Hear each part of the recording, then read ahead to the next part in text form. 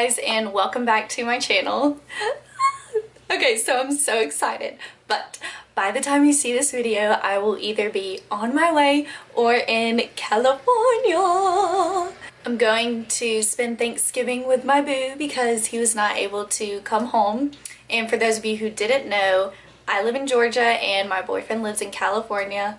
Ugh, I know, heartbreak, but we're making it work. We're trying to make the long distance work. Also, since I will be in California for a week, let your girl know if you would like to see a meet my boyfriend tag video maybe. I don't know. I might be able to get him onto the camera. Go follow me on Snapchat and Instagram so you can see all of the things that I'm doing in California for Thanksgiving. I'm sure I will be uploading and snapping a lot. Probably just bougie things, you know, like food and drinks and that kind of stuff. But yeah, you should definitely go follow me on my Snapchat and Instagram.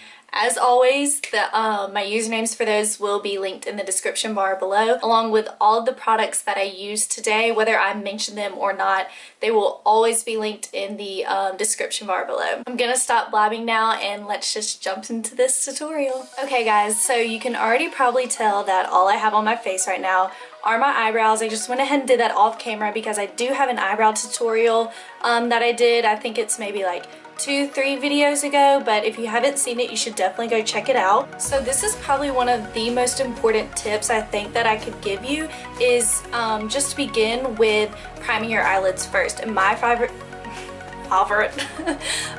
favorite way of priming my eyelids is just using a concealer, any kind of concealer. I cannot talk today. Any kind of concealer that you have will work just fine. I'm using the Maybelline Fit Me concealer. It's from the drugstore, so it's very inexpensive and you know you're going to be using it up a lot, so don't feel like you need a high-end concealer to do this. I also know that Urban Decay has a really good eyeshadow primer. I think it's called Primer Potion, I believe. Yeah, don't quote me on that, I'm not really sure. And I also think that Smashbox has a really good one, but this is just my easy, inexpensive way to prime my eyelids.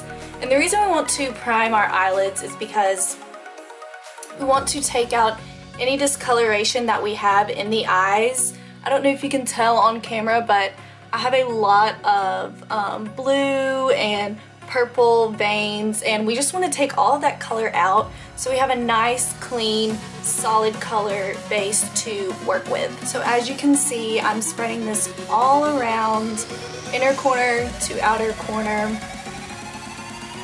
really just getting everywhere really good.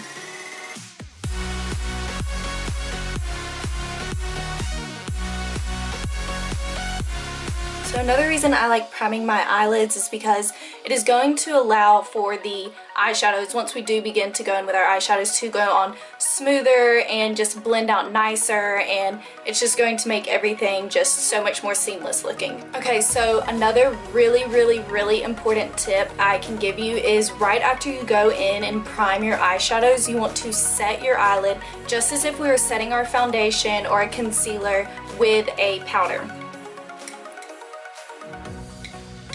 So I'm just taking some translucent powder. Any kind of powder you have will work. You can also use like a skin colored eyeshadow to set your primer with as well. So I'm really going to go in and really set the eyelid. So I'm going to put a really good amount on. And the reason we want to set our eyelid before we go in with eyeshadow is because it's going to take away the tackiness of your primer or of your concealer that you have put down, and again allow for more blendable, smooth application when we go to put on eyeshadow. I promise you guys, if you do these two steps, it will change the whole game in the way your eyeshadows look. I used to not believe in primers or, you know, setting it or any of that kind of junk,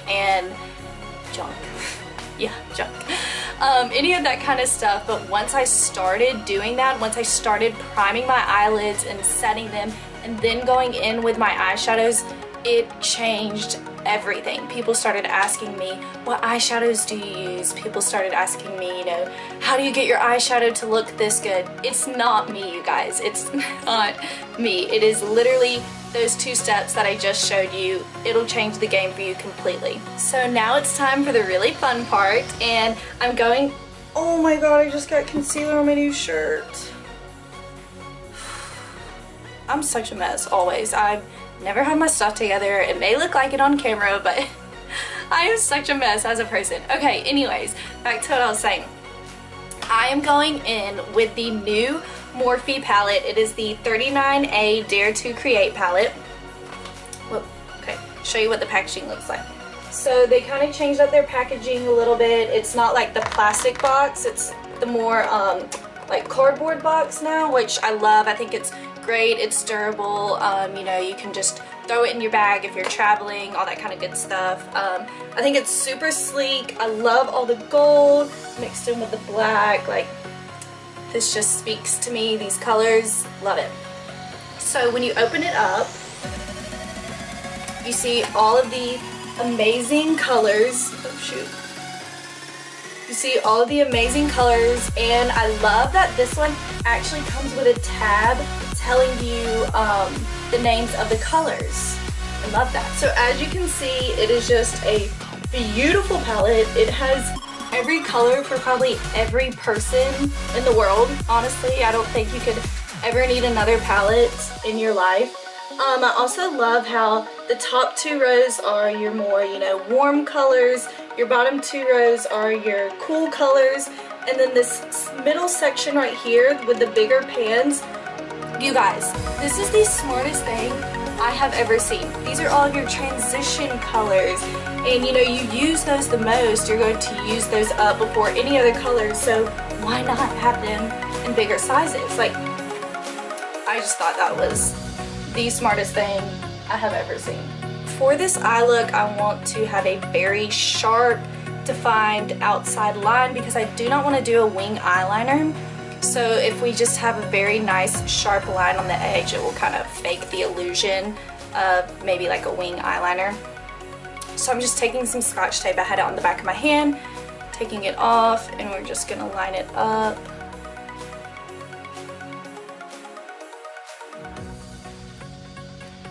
Like so. This is also going to help with fallout, even though we don't have our face done, but you know, still. Oh, and let me just say this as well. When I do my eyeshadow first and then do my face after, I feel like everything as a whole looks better. My eyeshadow looks better, my skin looks better. Not really sure why that is. I guess because I don't have to worry about fallout and, you know, getting my beautiful foundation application ruined from the eyeshadow look that I do. Okay, check and make sure they're even. I think that's pretty good. Okay. Now we can start with the star of the show.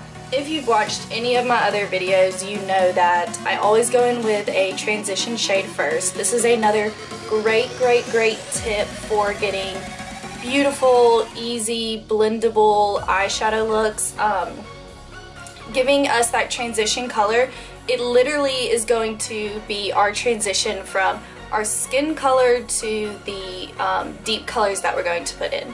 So if you want to have a beautiful natural gradient effect from light to dark with your eyeshadow, you need to go in with a transition color. Not only is it going to give us that beautiful gradient effect, but putting a transition shade down first is also going to help with blending out our other shades once we put those on as well. So for my transition shade, I'm going to be going in with the very center color. Okay, as you can see, I do not have a very big lid space.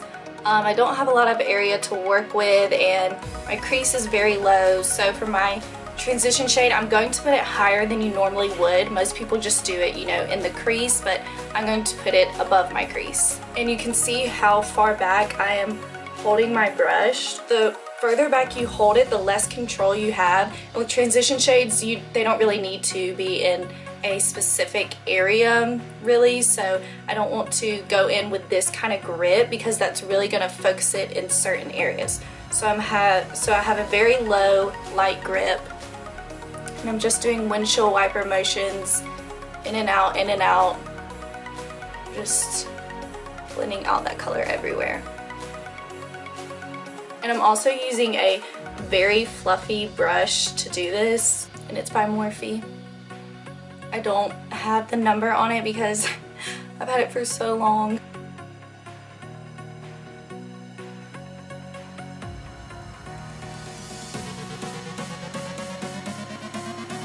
Don't worry about being messy, because when we take the tape away, at the end we're gonna have a perfectly nice sharp line. I don't know which color I want to go in with.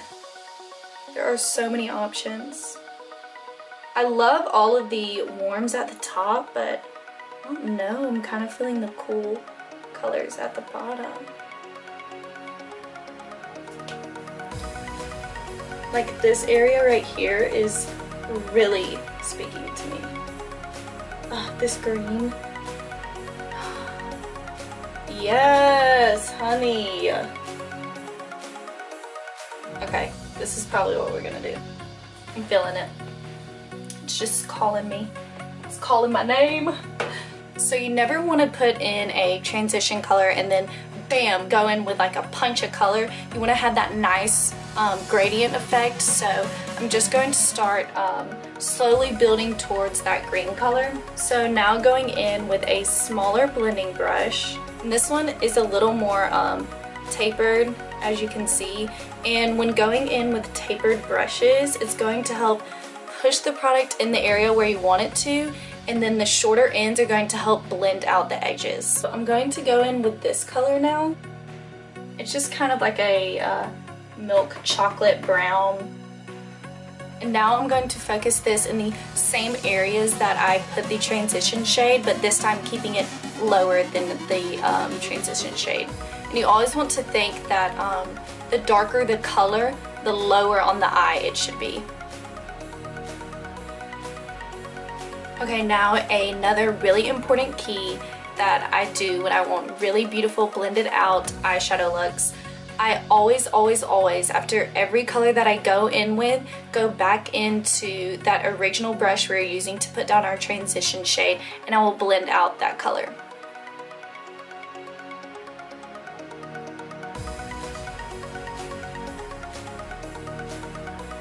Okay, so I just decided I want to go for a halo eye today. So I'm taking that same brush with that same brown color that we've been working with, and really gonna focus in on the inner corner and deepening that up.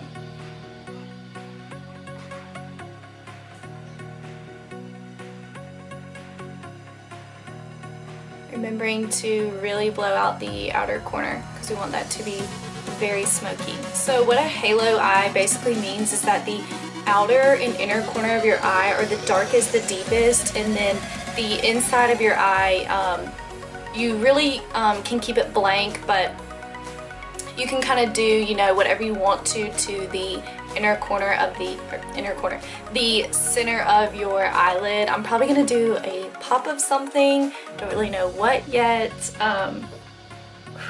This palette is so fun. I'm just kind of seeing where my creativity takes me. Every time I go back in with my original brush, I'm not putting any additional product on it, so I'm not putting any of my transition shade on it.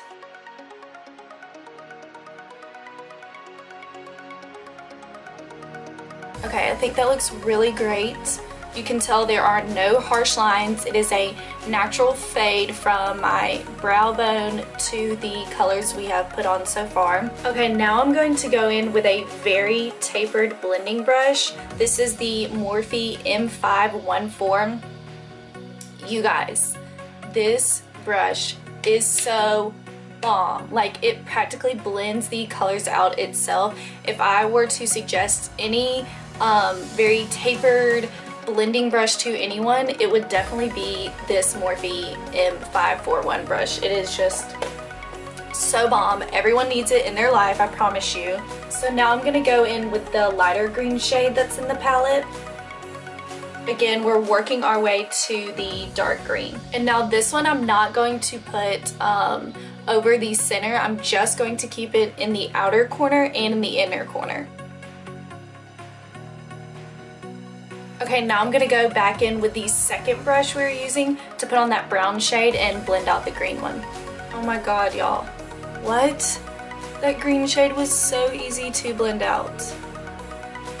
And cool colors are so much harder to blend out than warm colors are, so I am like so shook right now. Now I'm going in with the darkest green that is in the palette. So to do this, I'm taking a Morphe packing brush. It's kind of a tapered packing brush. It's going to really help us define the inner and outer corners. So I'm just packing this dark green right on top of where we put the light green. Oh my god, I'm obsessed! You guys, what? The color went on so easy. And notice that I'm holding these brushes a lot more further down on the handle, so I have more control on it, and so it's just not being blended out everywhere. I'm kind of keeping it in more focused areas now. And I just keep packing it on, blending it out, packing it on, blending it out until I get the desired look that I want.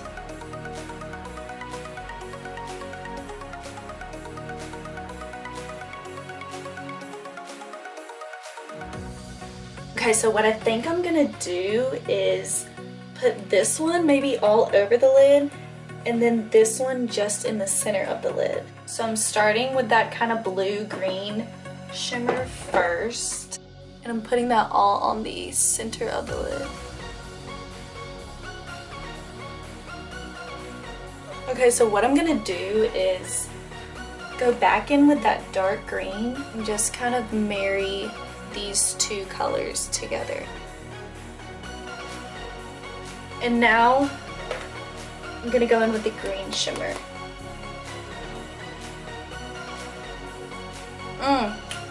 I am not mad about this. Not mad about it one single bit. Okay, I just went ahead and put my lashes on off camera because I literally cannot put lashes on camera. I've tried to do it before for y'all. I think it's just because I have to get so close to the mirror that y'all just cannot see me at all. Anyways, I'm going to finish the rest of my face. I'm going to put on my foundation, powder, concealer, all that kind of good stuff. You guys have seen me do this before.